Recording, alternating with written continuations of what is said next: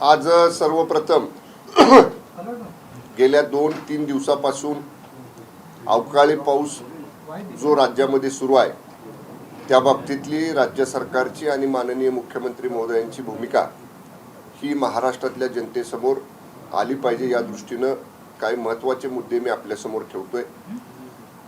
अवकाळी पाऊस आला, पिकांचं मोठ्या प्रमाणामध्ये त्या अवकाळी पावसामुळे नुकसान झालं।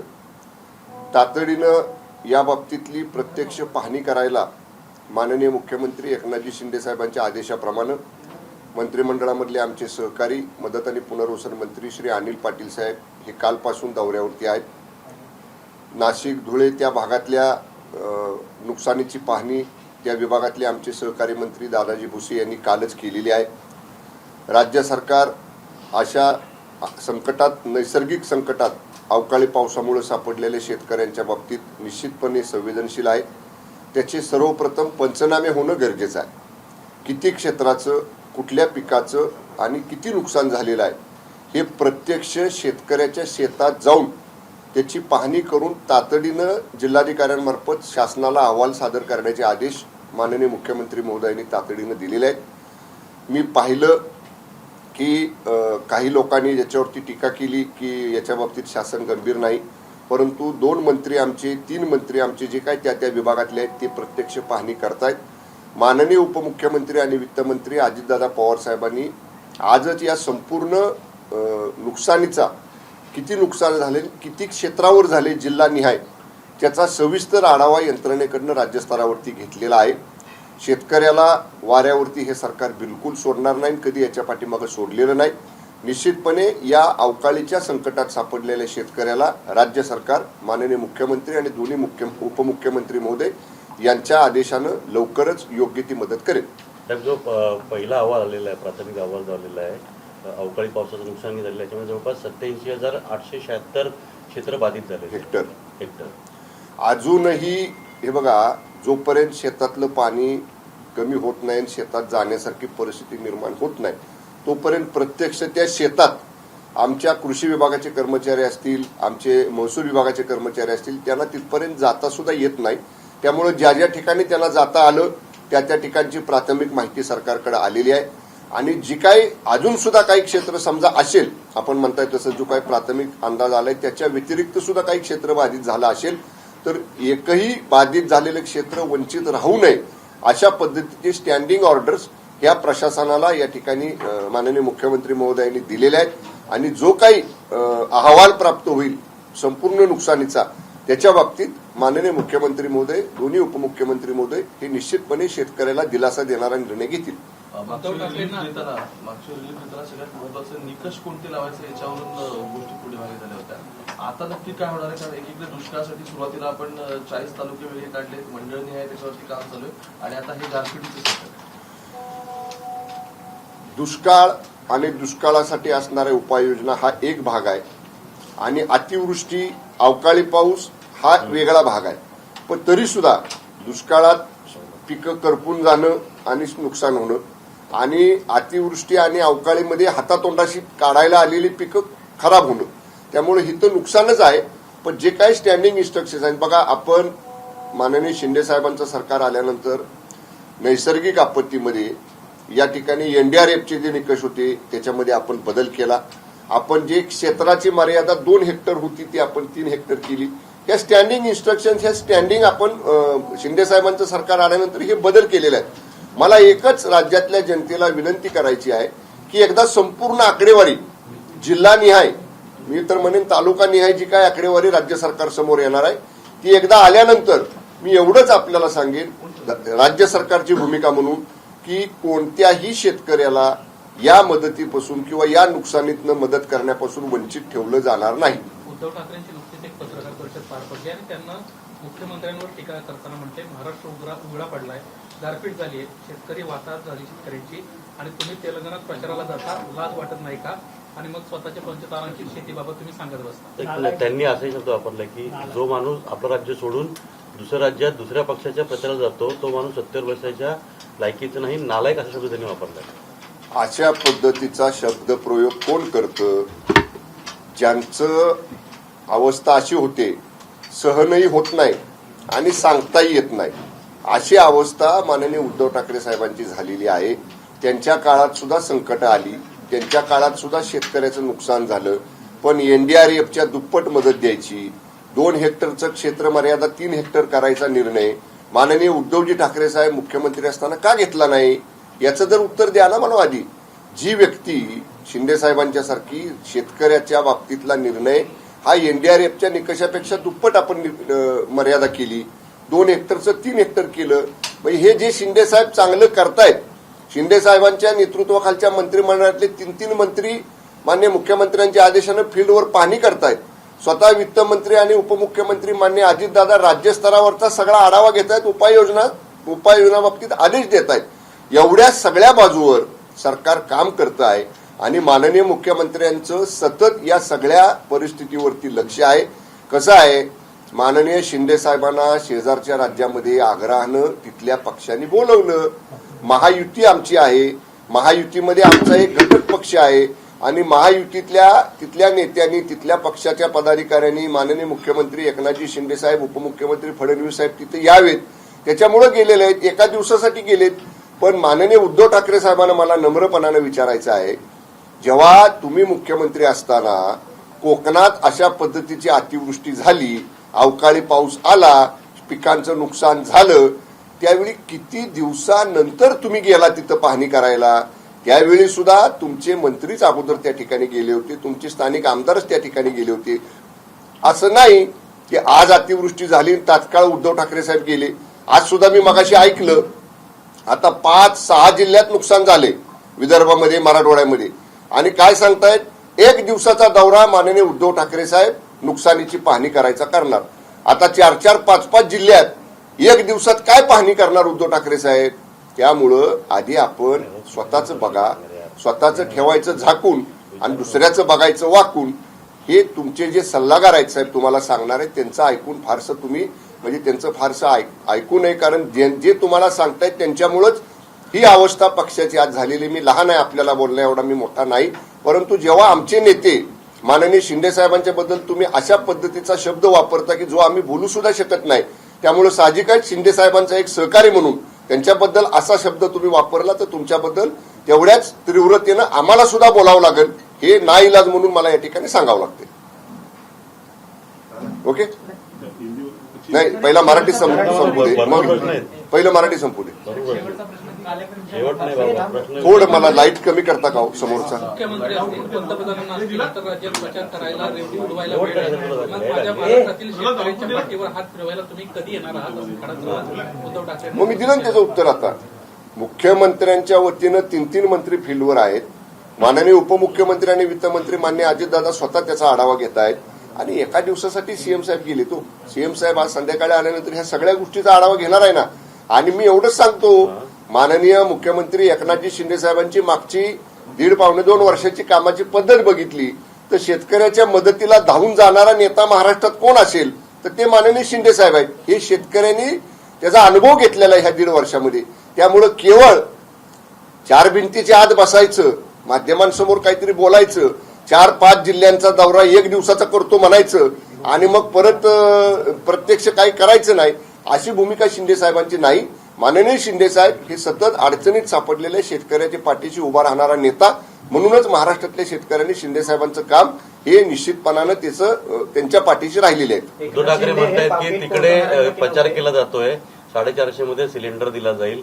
कोण म्हणते?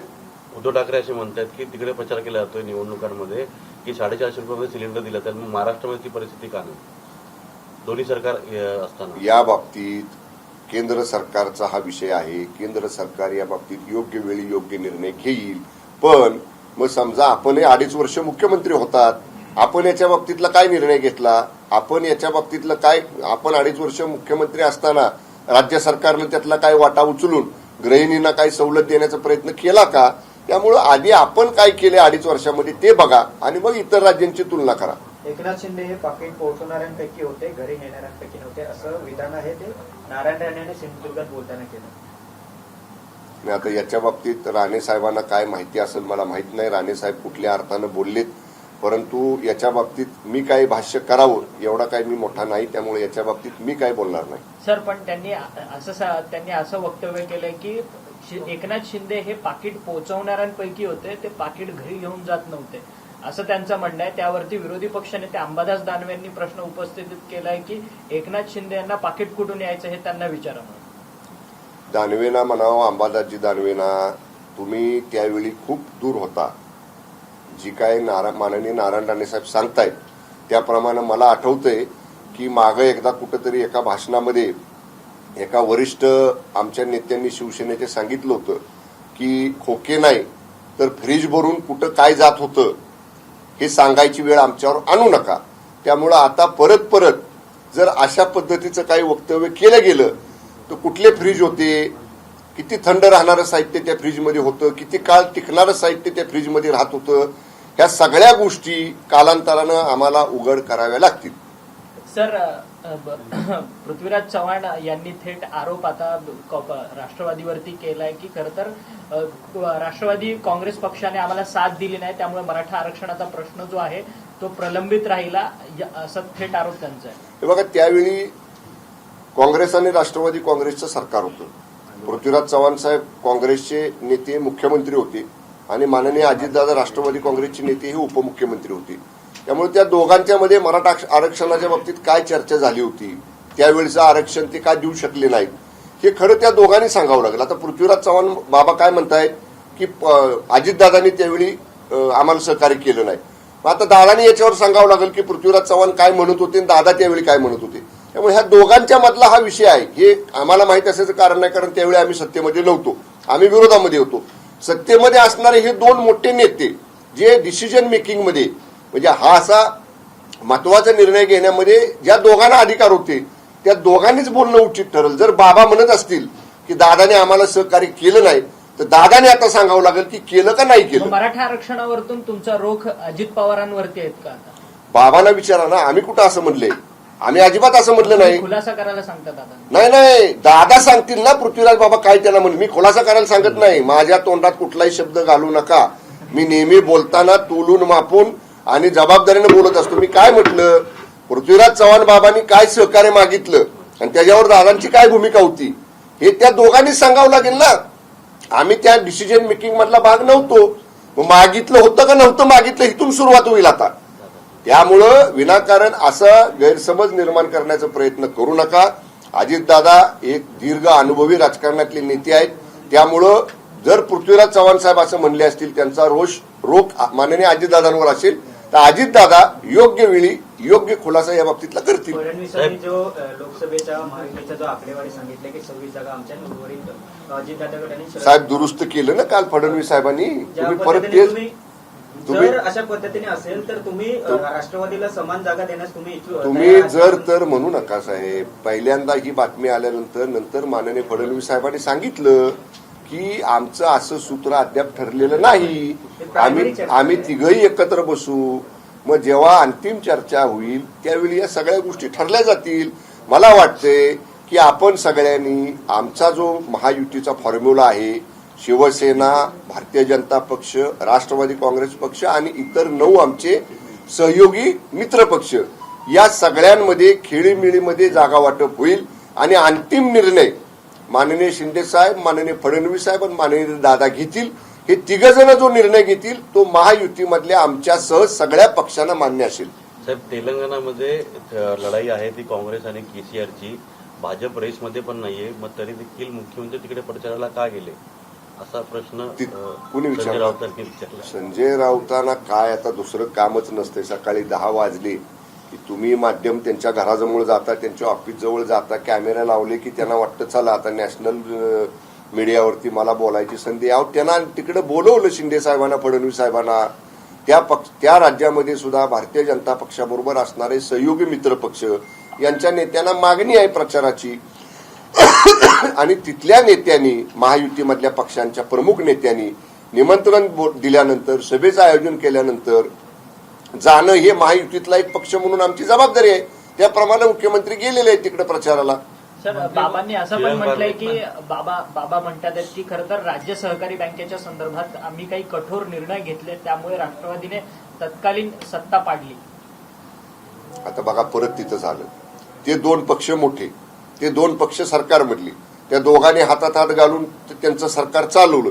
आता राज्य सहकारी बँक असेल किंवा आणखीन काय असेल, याच्या बाबतीत काय समजा माननीय मुख्यमंत्री म्हणून अधिकारामध्ये माननीय बाबांनी काय निर्णय घेतला आणि तो त्यांच्या सहयोगी पक्षाला पटला नसेल तर त्यांच्यातल्या गोष्टीचा काय निर्णय घेतला, तो का त्यांच्या दुसऱ्या घटक सहकारी पक्षाला पटला नाही, हे म्हणून मी म्हणतो आमच्यासारख्या थर्ड पर्सननं जो त्या प्रक्रियेमध्ये आम्ही कुठंच नव्हतो, आम्ही विरोधी बाकावरती होतो. त्यामुळे सत्ताधारी दोन मोठ्या नेत्यांमध्ये काय झालं, कशावरनं मतभेद झाले, कशामुळे ती परिस्थिती आली, ह्या त्या दोघांपैकी कुणीतरी स्पष्ट केलं पाहिजे. त्यामुळे ज्यातली आम्हाला काय माहितीच नाही त्याच्या बाबतीत आम्ही अपुऱ्या माहितीनिशी बोलणं योग्य नाही. मावळ लोकसभेमध्ये मराठा आरक्षणाचा सध्या विषय चालू आहे आणि जस्टिस शिंदेची समिती तत्काळ पूर्ण बरखास्त करा अशा पद्धतीची छगन भुजबळांना मागणी केली.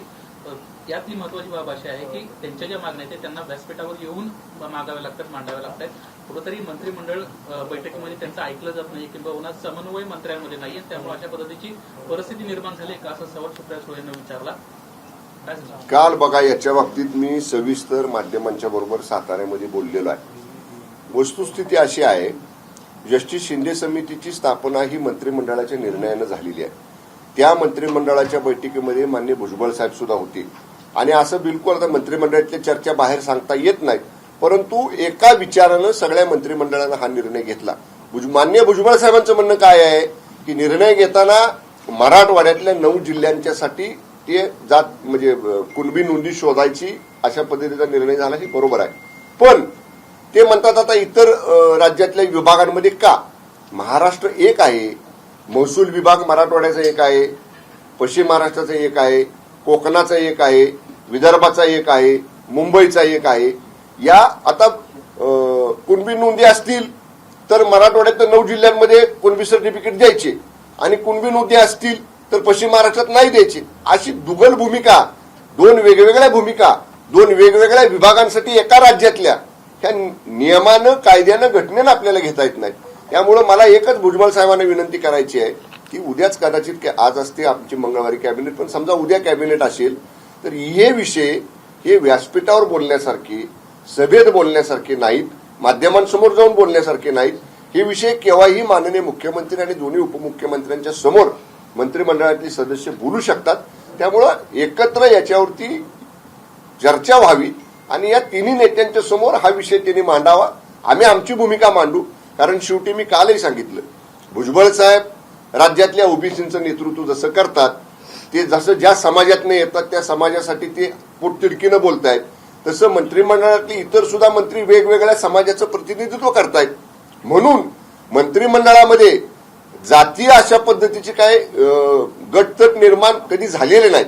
आम्ही मंत्री म्हणून जेव्हा गोपनीयतेची शपथ घेतो तेव्हा सगळं राज्य आणि सर्व धर्मातल्या जातीतल्या लोकांना समान न्याय देण्याची शपथ आम्ही घेत असतो. तरी देखील आपल्याला जे काय बोलायचंय ते मंत्रिमंडळाचे जे नेते आहेत, प्रमुख आहेत, त्या माननीय शिंदे साहेबांच्या, दादांच्या आणि फडणवीस साहेबांच्या समोर बोलू आणि नक्की मला वाटते ती चर्चा झाल्यानंतर समन्वयातनं योग्य तोडगा या चर्चेतनं निघेल. लोकसभेविषयी अजून मराठी संपू द्या. साहेब, लोकसभेविषयी अजून कुठे काही चर्चा नाहीये, मात्र आपलेच श्रीरंग बारणे यांनी स्वतःहून असं जाहीर केलेलं आहे की मीच तिथला लोकसभेचा उमेदवार आहे, मुख्यमंत्र्यांनी जाहीर करण्याआधीच. नाही बरं का, बऱ्याच वेळा विद्यमान आमदार, विद्यमान खासदार प्रत्येकाला वाटत असतं की आपली सिटिंग आहे जागा, आपण आता विद्यमान तिथं खासदार आहोत, आमदार आहोत, आम्हालाच तिकीट मिळावं. त्यामुळे साहजिक आहे, नैसर्गिक न्यायाच्या तत्वानुसार प्रत्येकाला वाटणं की मलाच रिपीट करावं. पण शेवटी अंतिम निर्णय हा पक्षप्रमुखांचा असतो, प्रमुख नेत्यांचा असतो. आज आमच्या शिवसेनेचे सगळे निर्णय घेण्याचे अधिकार आम्ही सगळ्यांनी पहिल्यांदाच मुख्य नेते म्हणून निवड झालेल्या माननीय एकनाथजी शिंदे साहेबांना दिलेले आहेत. शिंदे साहेब ज्याला उमेदवारी देतील तो पक्षाचा अधिकृत उमेदवार असेल. सर, तुमच्या मतदारसंघामध्ये सत्यजित पाटणकर यांनी साखर कारखान्याचं पूजन केलेलं आहे. नवीन साखर कारखाना स्थापन झाला साखर कारखाना नाही, गुळ पावडर कारखाना गुळ पावडर. आहे. हा, तुम्ही साखर कारखाना, गुळ पावडर आणि साखर कारखाना याच्यात फरक आहे. यामुळे तुमच्या आगामी काळामध्ये अडचणी वाढतील का, काय सांगा? जागरी पावडरचं त्यांचं लायसन आहे. जागरी पावडर म्हणजे जागरी म्हणजे गुळ आणि पावडर म्हणजे पिठी साखर. साखर सुद्धा नाही, ती गुळाची पावडर आहे. त्याला नाव साखर कारखाना कसं दिलं रजिस्ट्रेशन करताना हेच मला माहित नाही. त्यामुळं गुळाची पावडर काढायची आणि म्हणायचं साखर कारखाना आहे. ठीक आहे, त्यांचा उद्योग ते करतायत. राज्यात खुली अर्थव्यवस्था आहे. गुंतवणूक कुणी करावी, कशी करावी ते ठीक आहे. पण त्यांना मी एवढंच म्हणेन, त्यांनी ज्या ठिकाणी त्यांचा गुळ पावडर कारखाना काढतायत तो त्यांनी काढावा. आमच्या त्यांना शुभेच्छा आहेत. पण शेतकऱ्याचं हित बघावं. साखर कारखान्याने जसे सगळे नियम आहेत सहकारातले, ते नियम हे गुळ पावडर कारखान्याला नाहीत. त्याच्यामुळे शेतकऱ्याचं नुकसान होऊ नये एवढी काळजी सत्यजित पाटणकरांनी घ्यावी. एकच मिनिट, सर याला जोडून एक दुसरा इंटरेस्टेड आहे आमच्या मतदारसंघात. तुमच्या सहकारी साखर कारखान्याला सुद्धा मार्जिन लोन जवळपास 50 कोटी रुपये मंजूर झालेलं आहे. मात्र अजित पवार सत्तेत सहभागी झाल्यानंतर 5 सहकारी साखर कारखान्यांना 365 कोटी रुपयाचं कर्ज राज्य शिखर बँकेने मंजूर केले. मात्र दुसऱ्या टप्प्यातील जे 12 सहकारी साखर कारखान्याचे प्रस्ताव आलेले होते ते शिखर बँकेने नाकारलेले. यासंबंधीचं पत्र सुद्धा अपर मुख्य सचिवांना लिहिलं आहे. मात्र राज्य सरकारकडून याला कुठलंही प्रत्युत्तर देण्यात आलेलं नाही. ते साखर सम्राट सध्या अडचणीत आहे. साखर कारखान्यांना मार्जिन मनी जो या ठिकाणी राज्य सरकार देत असते त्याचे काही निकष आहेत. आणि त्याच्यात सगळ्यात पहिलाचा निकष काय आहे की याच्या पूर्वीची जी कर्ज एक तर थेट सरकारची घेतलेली आहेत किंवा सरकारच्या 100% हमीवरती बँकांकडून घेतलेली आहेत. या सगळ्या कर्जांची जर नियमित कर्जफेड झाली असेल तर राज्य सरकार मार्जिन मनी देतं. समजा काही कर्ज फेडायची बाकी आहेत, पुढचे त्याचे इन्स्टॉलमेंट्स आहेत, परंतु आतापर्यंतचे इन्स्टॉलमेंट्स नियमित व्याजासह भरलेले आहेत तर त्याला राज्य सरकार मार्जिन मनी देतं. हे निकष आहेत. या निकषामध्ये जे कोणी बसतात त्याला वित्त विभाग पहिल्यांदा मान्यता देतं. पहिलं सहकार विभाग प्रस्ताव पाठवतं. वित्त विभाग त्या निकषामध्ये बसणारा आहे का, जेवढी रक्कम मार्जिन मनीची सरकार देणार आहे, जेवढ्या वर्षापर्यंत ती परत फेडायची आहे, व्याजासह ती परत फेडायची आर्थिक क्षमता त्या कारखान्याची आहे का, ह्या सगळ्या तांत्रिक बाबी ह्या वित्त विभाग तपासतो. वित्त विभागाचा थेट अभिप्राय त्या टिप्पणीवरती असतो की द्यावं का देऊ नये आणि मग याच्यावरती शासनाचा निर्णय केला जातो. कोणतरी कोणाच्या तरी मर्जीतला आहे म्हणून त्याला द्यायचं आणि कोणतरी कोणाच्या तरी मर्जीतला नाही म्हणून त्याला द्यायचं नाही अशी भूमिका सरकारची नसते. हा नियम सरकारचा नाही. नियमात निकषात जे बसणार आहेत त्यांच्या बाबतीत सरकारचं एकच धोरण आहे. ओके सर, उद्धव ठाकरेंनी म्हटलेलं आहे दुष्काळ सरकारचं माध्यमातून जाहीर केलं. मात्र असे म्हटले जाते दुष्काळ 13वा महिना या सरकारचा आता 13वा सुरू आहे. मी सांगितलं ना, सहनही होत नाही. तुम्ही नव्हता मगाशी आला, ते ऐकलं नाही तुम्ही. सहनही होत नाही, सांगता येत नाही अशी अवस्था त्यांची झालेली आहे. त्यामुळे आता ते बोलतायत कोणाचा 13वा महिना घालतायत, कोणाचा कसला महिना घालतायत. मी माननीय उद्धव साहेबांना म्हणजे त्यांना उत्तर देणं एवढा मोठा मी नाही, परंतु मी त्यांना नम्रपणानं सांगेन की साहेब आपण मुख्यमंत्री असताना जी काही निकष होते मदत करायची त्याच्यापेक्षा अधिकची मदत माननीय शिंदे साहेबांनी गेल्या 1.5 वर्षामध्ये ज्यावेळी शेतकरी अडचणीत सापडला त्यावेळी केलेली आहे. त्यामुळं शेतकऱ्यांनी माननीय शिंदे साहेब हे संकटात आपल्या पाठीशी उभे राहतील हा विश्वास शेतकऱ्याच्या मनामध्ये आहे. उद्धव ठाकरे साहेब काही जरी म्हणाले तरी शेतकऱ्याच्या पाठीशी ठामपणे उभा राहणारा शेतकऱ्याचा मुलगा मुख्यमंत्री आहे. हे एकनाथ शिंदे साहेबांच्या रूपानं महाराष्ट्रातल्या शेतकऱ्यांनी संकटात असताना अडचणीत असताना अनुभव त्याचा घेतलेला आहे.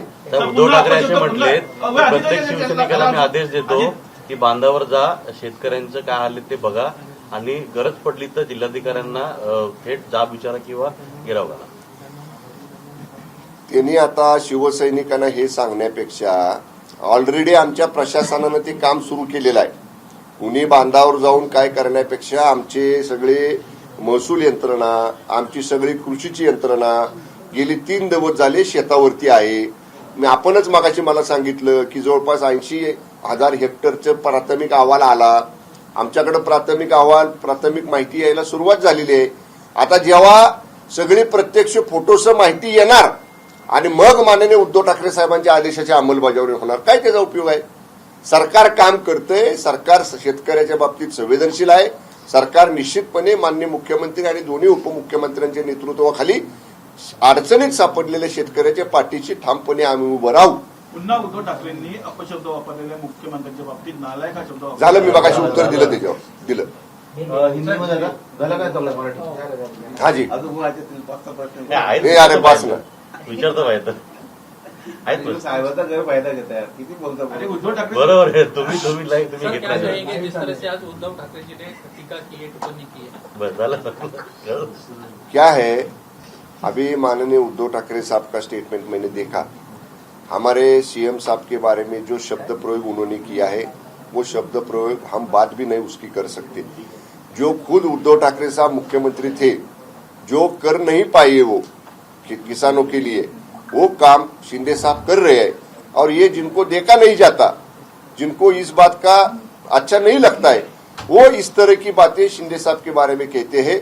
इसमें हमारे मराठी में एक कहावत है, सहनही होत नाही आणि सांगता येत नाही. अभी हिंदी में एक ऐसा कहना मुझे नहीं आएगा, लेकिन ये मराठी में हम लोग ऐसा कहते हैं. ऐसी हो गई है हालत उद्धव ठाकरे साहब की, जो खाली मीडिया के सामने आते हैं, हम किसानों के लिए ये करेंगे, किसानों के लिए वो करेंगे. जब उनके हाथ में था, जो 2.5 years वो महाराष्ट्र का नेतृत्व कर रहे थे मुख्यमंत्री के नाते, तब उन्होंने ऐसा कुछ किया नहीं. उन्होंने जो मदद दी उससे ज्यादा मदद शिंदे साहब ने मुख्यमंत्री पद संभालने के बाद दी. इसीलिए जो शिंदे साहब के बारे में किसानों का मत है कि वो किसान का लड़का मुख्यमंत्री है, वो हमारे लिए, हम जब संकट में होंगे तब हमें मदद करने के लिए आगे आएगा. महाराष्ट्र के किसानों ने शिंदे साहब के कामकाज की जानकारी ली है और शिंदे साहब के साथ महाराष्ट्र के किसान खड़े हैं. उनका कहना है कि महाराष्ट्र में किसान जो है परेशान है और सरकार में कोई यहाँ पे है ही नहीं. दोनों मुख्यमंत्री प्रचार के लिए चले गए हैं और सरकार यहाँ पर ना मोदी को वक्त है ना सरकार के लोगों को वक्त. देखिए, हमारे 3 मंत्री फील्ड पर है. कल भी हमारे नासिक और धुले के एरिया में हमारे मंत्री श्री दादा भुसे साहब ने ये सब परिस्थिति का पाहनी किया. हमारे दूसरे मदद और पुनर्वसन मंत्री जो अनिल पाटिल साहब है, वो भी 2 दिन से फील्ड पर है. खुद डिप्टी सीएम और फाइनेंस मिनिस्टर माननीय अजीत दादा पूरे स्टेट का इसके बारे में रिव्यू ले रहे. माननीय मुख्यमंत्री इनके डीसीएम साहब की और सब हमारे मंत्रियों के साथ में संपर्क में है. और मुख्यमंत्री एक कल तक यही थे, आज एक दिन के लिए उनको वहां बुलाया है. उनको वहां के पार्टी के लोगों ने इनवाइट किया है, इसलिए गए. शाम तक सीएम साहब भी वापस आने वाले हैं. सीएम साहब इसके पूरी राज्य की परिस्थिति पर नजर रखे हुए हैं.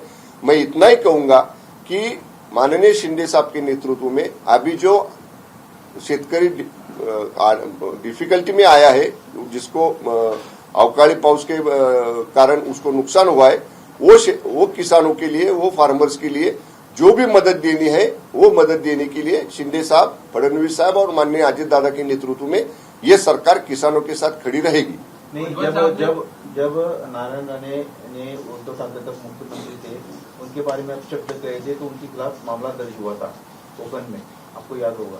तो अभी जो अपशब्द बोले, क्या आपकी पार्टी इस बारे में कोई विचार कर रही है? इस बारे में मेरा अगर खुद का बात, आप मेरी खुद की राय कहे तो मैं अभी ही उनका जो भी स्टेटमेंट है उसकी वीडियो फिल्म, ऑडियो फिल्म सब मैं मंगाऊंगा और वो सब देखने के बाद हमारे जो लीगल कंसल्टेंट है मैं उनको दिखाऊंगा. इसके बारे में मैं खुद, मेरा ये कहना है कि राज्य के प्रमुख के पद पर बैठे हुए माननीय मुख्यमंत्री के बारे में अगर ऐसा शब्द प्रयोग कोई मुख्यमंत्री पद के कुर्सी पर पहले बैठे हुआ नेता करता है, और आपने जैसे कहा कि जब वो खुद उस कुर्सी पे बैठे थे और उनके बारे में जब ऐसा शब्द प्रयोग किया था, तब वो मुख्यमंत्री होते हुए उन्होंने जो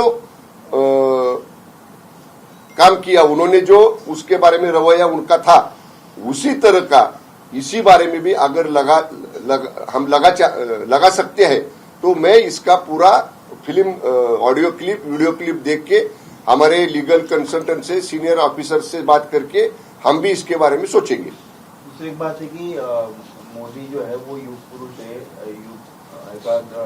उपराष्ट्रपति जी ने कहा, उसको लेकर राजनीति हो रही है. कह रहे कि जनता तय करेगी, ये खुद ऐसा कह रहे हैं. और पवार साहब ने एक दिवाली की पुस्तिका में लिखा है कि नेहरू और गांधी को बदनाम करने की कोशिश हो रही विश्व गुरु बनने के चक्कर. देखिए, नेहरू जी की, गांधी जी की बदनामी देश में कोई भी नहीं कर सकता है, कोई भी नहीं करेगा. लेकिन माननीय प्रधानमंत्री मोदी जी का पिछले 10-15 साल का जो काम हम लोग ने देखा है वो पूरे विश्व ने देखा है। G20 के समिट में जब बहुत सारे देशों के बड़े बड़े प्रतिनिधि यहाँ पे आए थे, उन्होंने भी देश में जो काम मोदी जी के नेतृत्व में हो रहा है, मोदी साहब के नेतृत्व में हो रहा है, उसके बारे में अभिनंदन किया है। तो जरूर मोदी जी के बारे में जो उपराष्ट्रपति जी ने कहा है, वो उपराष्ट्रपति जी का जो भी कहना है वो उपराष्ट्रपति जी ने पूरे विचार करके कहा है। मोदी जी आज भारत का नेतृत्व पूरे देश में कर रहे, भारत का नाम पूरे देश में आगे लेके जा रहे हैं। इसलिए मोदी जी एक आगे आने वाले जागतिक स्तर पर के नेता करके आगे आ रहे हैं। दूसरी बात है कि कल जो देश की गृह राज्य मंत्री है टेनी, उन्होंने ये कहा था कि 2024 तक मार्च तक सरकार जो है केंद्र सरकार सीए एनआरसी के बारे में सोच रही, विचार कर रही है एक बार फिर से देश हित के लिए। तो इसको लेकर अब फिर से जो विपक्ष पार्टियां विरोध करने जा रही है। शिवसेना पार्टी की भूमिका हमेशा ये थी कि देश में इलीगल तरीके से लोग ना रहे, बांग्लादेशी या फिर दूसरे देश के लोग। आपकी पार्टी की क्या भूमिका रहेगी इसके बारे में? देखिए, पहले से ही शिवसेना की भूमिका रही है कि देश में इलीगल तरीके से जो लोग आते हैं, जिनके पास पासपोर्ट नहीं रहता है, जिनके पास वैलिड डॉक्यूमेंट्स नहीं रहती है, और उनकी वजह से देश में बहुत बार हम लोग ने देखा है जब कोई मेजर इंसिडेंट्स होता है या मेजर कोई दंगे होते हैं या ऐसी कोई बातें होती है, लॉ एंड ऑर्डर का सिचुएशन खड़ा रहता है, तब बहुत टाइम ऐसा होता है कि ये जो इलीगल तरीके से लोग रह रहे वो उसमें इन्वॉल्व रहते हैं। तो देश की सुरक्षितता भी खतरे में है। इसलिए केंद्र सरकार की जो भूमिका रहेगी उसको सपोर्टिव भूमिका हमारी पार्टी की रहेगी। आरक्षण को लेकर भुजबल जो बात कर रहे, मांग कर रहे कि शिंदे समिति बर्खास्त की जाए और जो सबूत इकट्ठा किए जा रहे कुंभी के, वो गलत तरीके से पेन से लिख के भी किए जा रहे हैं। सरकार में कोऑर्डिनेशन नहीं दिखाई दे रहा है, उसको लेकर क्या करना? सरकार में पूरा कोऑर्डिनेशन है। जस्टिस शिंदे साहब की कमेटी का गठन कैबिनेट के डिसीजन के बाद ही हुआ है, कैबिनेट में ही हुआ है। और अगर ये जस्टिस शिंदे समिति की कामकाज के बारे में अगर भुजबल साहब का कोई कहना है तो वो कैबिनेट में बात रख सकते हैं। कैबिनेट में सीएम साहब के सामने वो बात कह सकते हैं। ऐसे मीडिया के सामने जाके, पब्लिक रैली में जाके ऐसा स्टेटमेंट करने के बजाय अगर सीएम और दोनों डीसीएम साहब के सामने भुजबल साहब अपनी बात रखते हैं तो इसके बारे में जरूर कोई ना कोई मार्ग निकल सकता है। आपने कहा था कि पहले 8 जिलों के लिए वो कुंभी देना चाहिए था, लेकिन आप कह रहे हैं कि आप अगर वेस्टर्न महाराष्ट्र में या कहीं और भी मिलता है तो उसे भी कंसिडर करना चाहिए, जिसको लेकर के भुजबल साहब का विरोध है। क्यों? उसको किस तरीके से मैनेज किया जाए? देखिए ना, मैंने बार कहा कि महाराष्ट्र एक है। अगर मराठवाड़े के 9 जिला आप लोग कहते हैं तो वो संभाजीनगर रेवेन्यू कमिश्नर का कमिश्नरेट है। अगर कोकण कहते हैं तो मुंबई और कोकण का एरिया उसमें आता है। अगर नागपुर कहते हैं तो विदर्भ का रीजन आता है। अमरावती कहते हैं तो दूसरा विदर्भ का रीजन आता है। पुणे कहते हैं तो वेस्टर्न महाराष्ट्र के रीजन आता है। अगर मराठवाड़ा रीजन के लिए एक फॉर्मूला तय हुआ है, वो एक मंत्री के नाते भुजबल साहब को एक्सेप्ट है, तो विदर्भ भी, पश्चिम महाराष्ट्र भी, कोकण भी महाराष्ट्र में है ना, क्या अलग है? कोकण के लिए अलग नियम और मराठवाड़ा के लिए अलग नियम, ऐसा एक स्टेट में नहीं हो सकता है। इसीलिए मैं ये कहता हूं कि जब ये बात कैबिनेट के सामने, कैबिनेट में डिस्कशन होगी, तब हम लोग भी हमारी बात वहां पे रखेंगे और उसमें कोई ना कोई सोल्यूशन सीएम साहब और दोनों डीसीएम साहब निकालेंगे। सर, जिस तरीके से ओबीसी वर्सेस मराठा का एक तनाव पैदा हो रहा है राज्य में, वही भुजबल साहब का है या विपक्ष का है, ये लगातार मांग कर रहा है कि जाति न्याय जनगणना, कास्ट सेंसस किया जाए। इस पर सरकार का रुख है? इसके बारे में कैबिनेट में अभी तक कोई डिसीजन नहीं हुआ है, कोई चर्चा नहीं हुई है। जब कैबिनेट में या मंत्रिमंडल में इसके बारे में चर्चा होगी, उसके बाद जो भी डिसीजन होगा हम आपको बताएंगे। कास्ट सेंसस से ये प्रॉब्लम सॉल्व हो सकता है? देखिए, इसके बारे में भी चर्चा हुई नहीं है। कास्ट सेंसस करने के क्या फायदे होते हैं, कितना टाइम लगता है और बाकी की डिटेल्स क्या है, जब तक कैबिनेट में इसकी डिस्कशन नहीं होती है तब तक इसके बारे में कुछ बात करना मुझे ठीक नहीं लगता। जैसे साहब पृथ्वीराज चौहान कह रहे थे कि अगर मैं उस वक्त मुख्यमंत्री था और अगर एनसीपी सरकार से समर्थन नहीं वापस लेती तो मराठा आरक्षण टिकता था और अभी तक ये प्रश्न मतलब सामने नहीं आता था। ये दोनों ने बात कहनी है। एनसीपी के बारे में पृथ्वीराज चौहान साहब कह रहे, तो आप हमारे शिवसेना के हमको क्यों पूछ रहे ये सवाल? ये दोनों के अंदर की, ये दोनों की बात है ना, दोनों पक्ष की। वो सरकार में थे, उन्होंने कहना इस बारे में। अगर पृथ्वीराज चौहान एनसीपी के बारे में कहते हैं तो एनसीपी के नेता ने इसका जवाब देना चाहिए। अगर पृथ्वीराज चौहान हमारे बारे में कुछ कहते शिवसेना के या शिंदे गुट के बारे में, तो मैं उसका रिप्लाई दे सकता था। एनसीपी का और कांग्रेस का जो भी रिलेशन है, आपको ऐसा लगता है कि वो कह रहे कि अगर मेरी सरकार टिकती तो मैं आरक्षण देता, आपको लगता है कि आरक्षण मिल सकता था? आरक्षण तो फडणवीस साहब ने 2019 में दिया था, हाईकोर्ट में वो टिक गया था, सुप्रीम कोर्ट में क्यों नहीं टिका, इसका भी कोई, इसके बारे में भी सोचना चाहिए ना। इसीलिए अभी पृथ्वीराज चौहान उसके आगे, उसके पहले की बात कर रहे। 219 में फडणवीस साहब जब थे तभी उन्होंने डिसीजन लेके आरक्षण दिया था ना, और वो 1.5-2 साल तक हाईकोर्ट में भी उसके बारे में सुनवाई हुई, तभी भी वो टिक गया था। इसीलिए उसके पहले क्या हुआ और किसकी वजह से नहीं हो पाया, जो कह रहे हैं और जिनके बारे में कह रहे उन्होंने इसमें बात करनी है। हम इसके बारे में पूछूंगा कि कल आदित्य ठाकरे मथुरा के दौरे पर गए थे, जहाँ पहले प्रधानमंत्री जाके आ चुके हैं। हिंदुत्व के कार्ड के आपको क्या इसमें राजनीति नजर आती है? अभी 2.5 साल जिन्होंने, जो वंदनीय शिवसेना प्रमुख हिंदू हृदय सम्राट बाला साहब ठाकरे साहब ने कहा था कि मैं कभी कांग्रेस के साथ नहीं जाऊंगा, ना कि कांग्रेस को मेरे साथ लूंगा, उसके अपोजिट डिसीजन लिया, उसके अपोजिट 2.5 ईयर सरकार बनाया, तब कहा था इनका हिंदुत्व। और आप देखिए ना, वो 2.5 ईयर जब माननीय उद्धव जी ठाकरे साहब मुख्यमंत्री थे, तभी हिंदुत्व के बारे में जैसे पहले वो भाषण करते थे, तभी मुख्यमंत्री के नाते कभी उन्होंने किया नहीं। इसीलिए अभी वो सत्ता जाने के बाद फिर से उनको हिंदुत्व याद आ गया है। इसीलिए अभी ठीक है, आदित्य जी कह रहे हैं कि वहां कोई 500 साल पुराना मंदिर है, उसका रिनोवेशन हुआ है, इसके बारे में, इसके लिए वो लोग वहां दर्शन करने के लिए, उसका ओपनिंग करने के लिए जा रहे हैं। वो उनकी बात है, वो जरूर जा सकते हैं। उनकी, वो अगर वापिस 2-2.5 साल उन्होंने थोड़ा बाजू में रखा था हिंदुत्व, वो ट्रैक पे अगर वापिस आ रहे, आना चाहते, तो अच्छी बात है। सर, हा प्रश्न मराठीत, मथुरा दौऱ्यावरती आदित्य ठाकरे आहेत, हिंदुत्वाचा मुद्दा पुन्हा पुढे घेऊन येतात, कसं होतं? 2.5 वर्ष कुठे गेला होता मुद्दा? जेव्हा हिंदुत्वाच्या मुद्द्यावरती भारतीय जनता पक्ष आणि शिवसेनेची युती म्हणून आम्ही निवडून आलो, माननीय मोदी साहेबांचे, वंदनीय बाळासाहेब ठाकरे साहेबांचे फोटो लावून आम्ही मतं मागितली, लोकांनी आम्हाला हिंदुत्वाच्या मुद्द्यावरती निवडून दिलं, आणि सत्ता स्थापन करताना बरोबर ज्यांच्या विरोधात आम्ही मतं मागितली, ज्यांच्या विरोधात आम्ही निवडून आलो, त्या काँग्रेसला, राष्ट्रवादी काँग्रेसला घेऊन सत्ता केली। वंदनीय शिवसेना प्रमुख म्हणायचे की काँग्रेसला मी बरोबर घेणार नाही आणि काँग्रेसच्या बरोबर कधी जाणार नाही। बरोबर त्याच्या उलटी भूमिका माननीय उद्धव साहेबांनी घेतली, त्यांच्याबरोबर 2.5 वर्ष सरकार केलं, तेव्हा कुठे गेलं होतं हिंदुत्व? पण ठीक आहे, आता पुन्हा जर त्यांना आपली जुनी भूमिका स्वीकारायची असेल आणि जुन्या भूमिकेनुसार पुन्हा जर त्यांना मूळ हिंदुत्वाच्या ट्रॅकवरती यायचं असेल, तर निश्चितच चांगली गोष्ट आहे ती।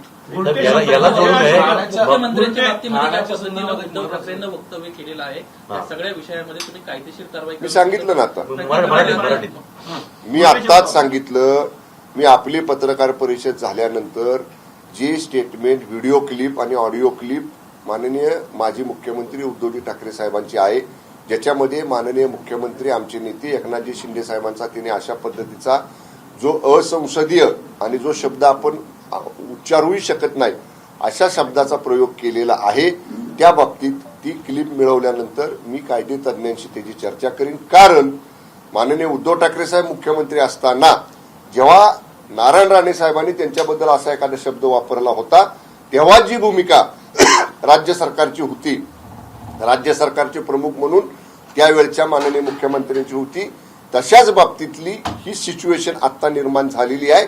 कायदे तज्ञांचा, वरिष्ठ पोलीस अधिकाऱ्यांचा याच्या बाबतीतची मी चर्चा करून त्या बाबतीत योग्य निर्णय किंवा कारवाई करण्याच्या बाबतीत आम्ही विचार करत आहोत। एक महत्वाची गोष्ट, मागच्या वेळी ठाण्यामध्ये रुग्णालय संदर्भातला प्रकार समोर आला होता, काही जणांचा त्यामध्ये मृत्यू झाला।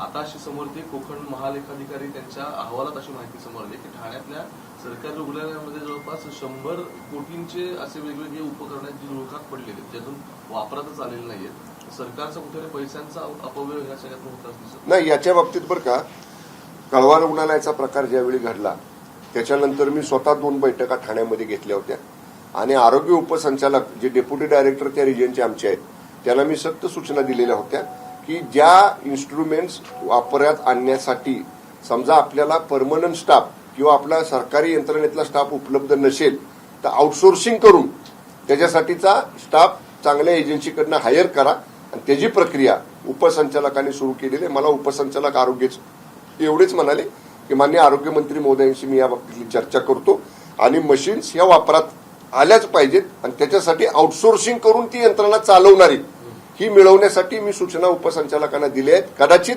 मला आत्ताची डेव्हलपमेंट हे 8-15 दिवसातली माहीत नाही, पण कदाचित त्याची प्रक्रिया अंतिम टप्प्यामध्ये असेल. एबीपी माझा, उघडा डोळे बघा नीट.